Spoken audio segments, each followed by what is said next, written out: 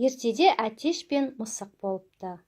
Бір күні мысық орманға кетерде әтешке ескертеді. Терезеден қарама, түлкі сені көріп үйіне алып кетеді. Түлкі мысық кеткеннен кейін терезеге келіп әтешті шақырады. Әтеш, әтеш, алтын айдарлы, терезеге қарашы, бұршақ саған берем. Әтеш шыдай алмай терезеден басын шығарады.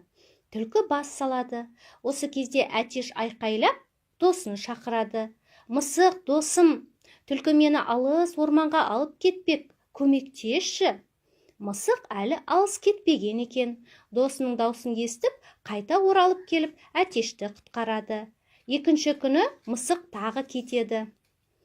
Түлкі мысық кеткеннен кейін терезеге келіп, әтешті шақырады. Әтеш, әтеш, алтын айдарлы, терезеге қарашы, бұршақ саған берем. Әтеш шыдай алмай терезеден басын шығарады. Түлкі бас салады. Осы кезде әтеш айқайлап досын шақырады. Мысық, досым, түлкі мені алыс орманға алып кетпек, көмектесші. Мысық әлі алыс кетпеген екен. Досының даусын естіп, қайта оралып келіп, әтешті құтқарады. Үшінші күні мысық әтешке: мен бүгін өте алысқа кетемін, сенің даусыңды естімеймін, түлкіге алданып қалма. Түлкі мысық кеткеннен кейін терезеге келіп әтешті шақырады. Әтеш, әтеш, алтын айдарлы, терезеге қарашы, бұршақ саған берем.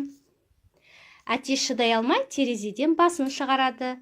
Түлкі әтешті бас салады да алып кетеді. Мысық үйіне қайтып келсе, әтеш жоқ.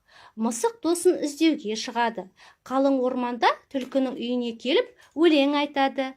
Түлкі өлеңді тыңдап қалғанда, әтеш ку-ка-ре-ку деп айқайлайды.